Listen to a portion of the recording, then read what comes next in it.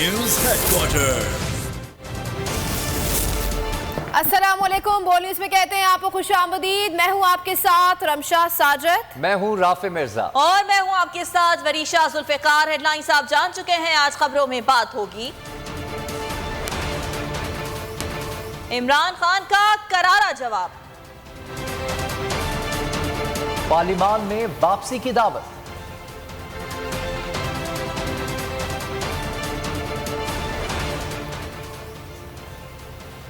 62,000 अरब से जायद का कर्जा,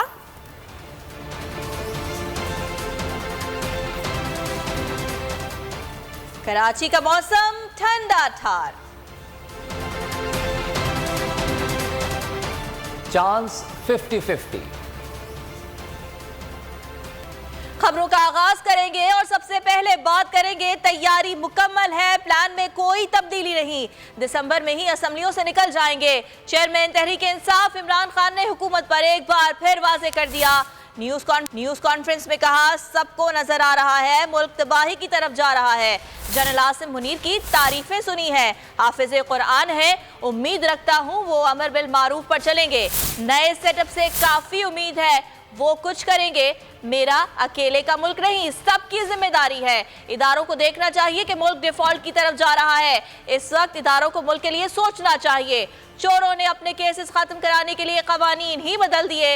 उन्होंने कहा कि पहले मरियम बच गई, अब इसाक डार ड्राई क्लीन हो गया है। जरदारी और नवाज शरीफ को मालूम है कि इलेक्शन हुआ तो हार जाएंगे। नवाज शरीफ उल्टा लटक जाएगा, इलेक्शन नहीं कराएगा। चीफ इलेक्शन कमिश्नर ने मुझे नाअहल किया, वो मजीद जिल्लत उठाएगा। इमरान खान ने घड़ी से मुतालिक भी मुखालिफिन के प्रोपेगेंडा का जवाब दे दिया। कहा, मेरी घड़ी मेरी मर्जी, अपनी घड़ी थी जो मैं बेच सकता था और मैंने बेच दी। चंद मीडिया ग्रुप्स महंगाई से तवज्जो हटाने के लिए घड़ी पर प्रोपेगेंडा कर रहे हैं।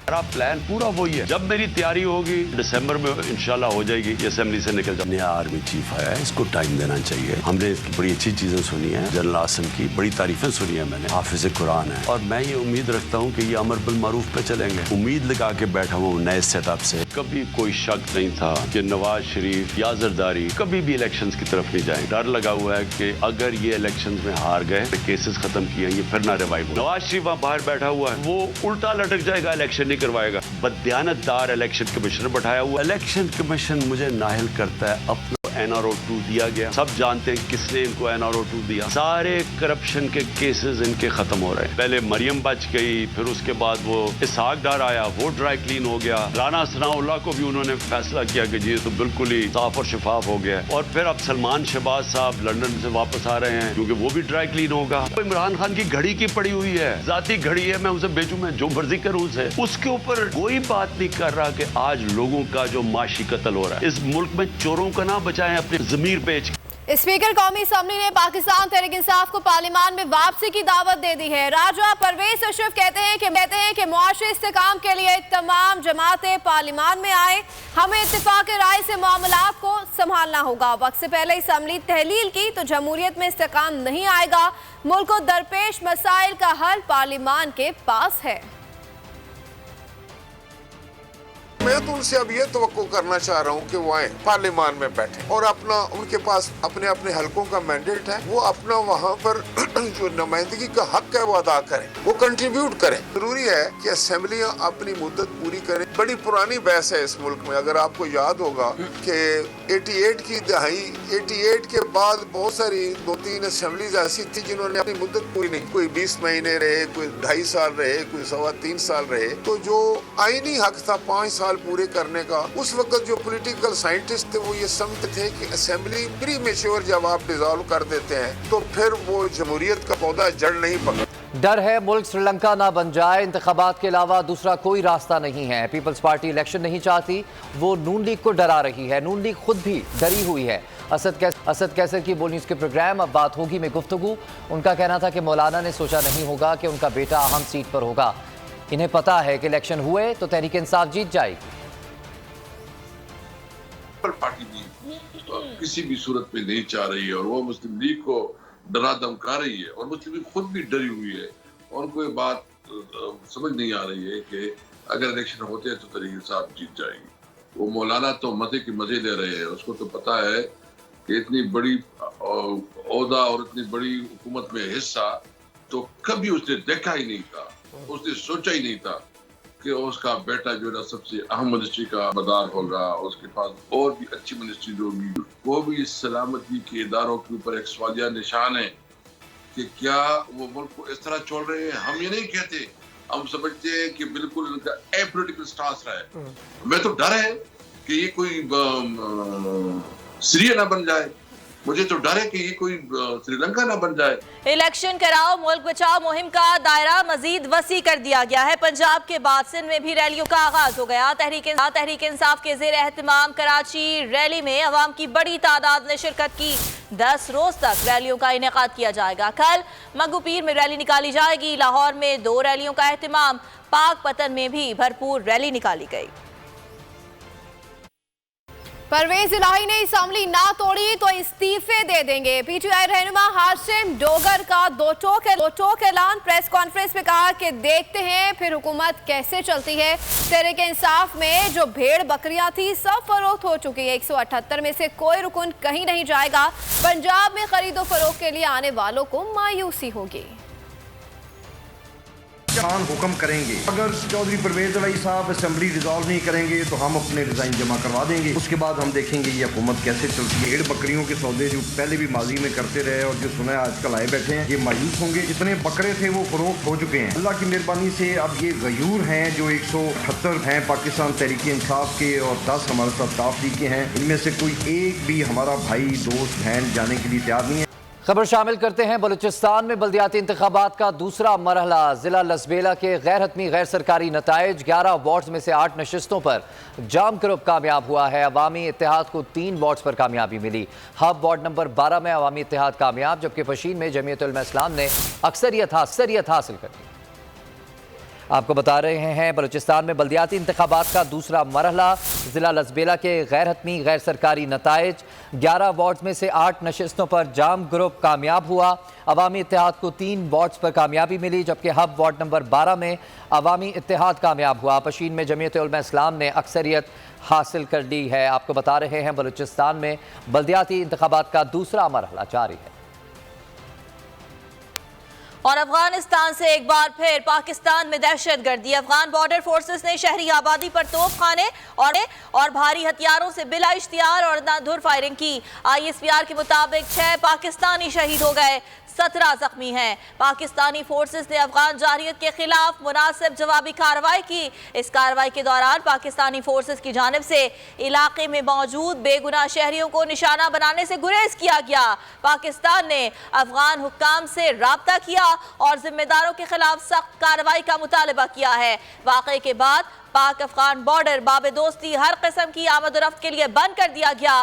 तिजारत मुअत्तल और कस्टम्स हाउस को खाली कर दिया गया।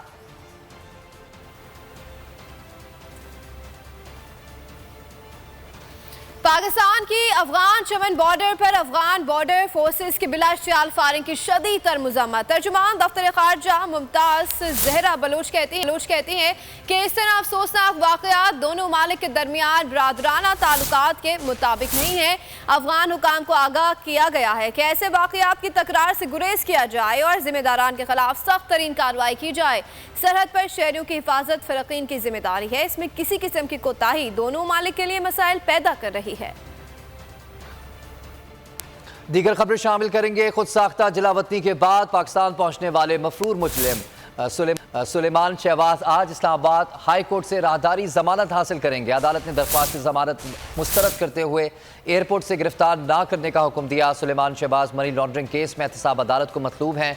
अदालत उन्हें मफरूर करार दे चुकी है। सुलेमान शहबाज खुद साख्ता जिला वतनी के बाद लंदन से पाकिस्तान पहुंचे हैं। दीगर खबरों में आपको ये बताएं कि हमारे पास डॉलर्स नहीं है, सबसे बड़ा बहरान है। शौकत तरीन ने खबरदार कर दिया। बोल न्यूज के प्रोग्राम इमरान खान के साथ में गुफ्तगू करते हुए कहा, LCs नहीं खुल रही, जो माल आया है वो रिलीज नहीं हो रहा। एक तरह से हमने अपनी कई चीजों पर डिफॉल्ट कर दिया है। IMF मरने नहीं देगा लेकिन ड्रिप पर रखेगा। कर्जों की किस्तें ना दी तो डिफॉल्ट होगा, ये डिफॉल्ट नहीं होने देंगे तो टैक्सेस लगा देंगे। सबसे बड़ा क्राइसिस हमारा जो इस वक्त है वो ये है कि हमारे पास डॉलर्स नहीं है। एक तरह से तो हमने कई चीज़ों पे अपनी जो कमिटमेंट्स हैं उस पर डिफ़ॉल्ट कर दिया है। इसी तरीके से एलसीएं नहीं खुल रही, इसी तरीके से जो एलसीएं खुल चुकी हैं और माल आया हुआ है हमारे पोर्ट्स पे पड़ा है वो अभी रिलीज़ नहीं हो रहा क्योंकि हम पैसे नहीं रिलीज़ कर रहे। ये एक किस्म से सॉफ्ट डिफ़ॉल्ट हो चुका है। और IMF देखें जी, बात यह है कि आप गिरे हुए हैं। IMF तो आपको मालूम है कि वो एक वेस्टर्न ममालिक का एक किस्म से एक फ्रंट है और वो उनको कुछ चीज़ें आई एम श्योर आपको से चाहिए होंगी। आपको मरने नहीं देंगे, आपको ड्रिप पे रखेंगे। वो जिस तरह रेवेन्यू शॉर्ट हो रहा है ये हमारे पे दबा के टैक्सेस लगा देंगे। मुल्क भर में महंगाई के तूफान ने शहरियों को जकड़ रखा है। सस्ता बाजार हो या ओपन मार्केट शहरियों को कहीं रिलीफ में असर नहीं है। मौजूदा दौरे हुकूमत में अवाम के लिए दाल सब्जी खरीदना इंतहाई मुश्किल हो गया। टमाटर, प्याज हो या मौसमी सब्जियां, कीमतें आसमानों से बातें कर रही हैं। क्या बता सकते हैं, ये आलू जो 20 रुपए किलो है वो 60 रुपए किलो 70 रुपए किलो चल रहा है।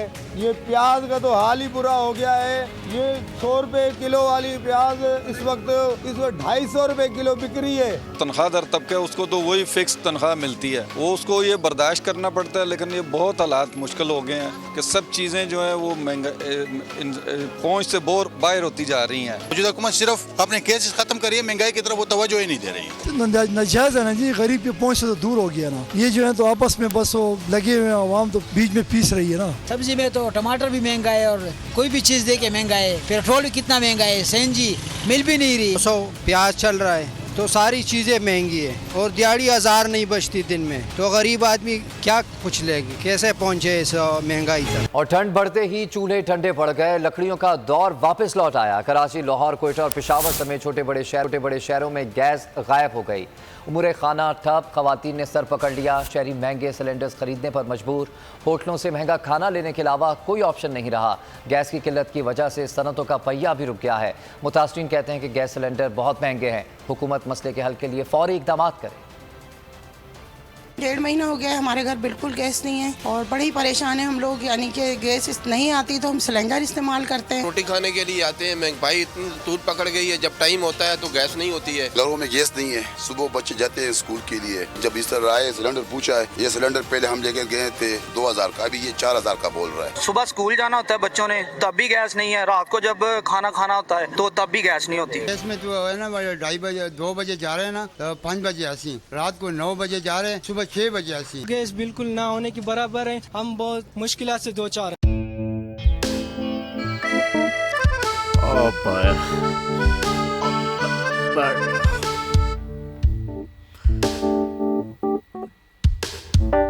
इंतशार से निकलने का वाहिद हल इंतखाबात है। हकीकी आज़ादी मार्च आज रवा। आयत के मुताबिक अगर आप उसको ये रिपोर्ट दे दे तो मैं आपको अपनी 4 सीटें दे दूंगा। मौलाना हाँ साहब, वो जो रिमोट हमें दे दे और वो जो नीली पीली चैनल है वो लगाए। जाओ शबाज, हम ऐसा टीवी देखते ही नहीं जिसका रिमोट हमारे हाथ में ना हो। और यहाँ पे कोई 2 नंबर ही नहीं चलेगी। और हम कोई गुलाम है जो आप रिमोट मांगे हम दे दें? Absolutely not. यहाँ पे सिर्फ पाकिस्तान का नंबर 1 चैनल चलेगा, बोल, जो हकीकी सहाफत की जंग लड़ रहा है। पाकिस्तान के लिए कोई और नहीं, सिर्फ बोल खड़ा है। आप सब भी बोल देखें।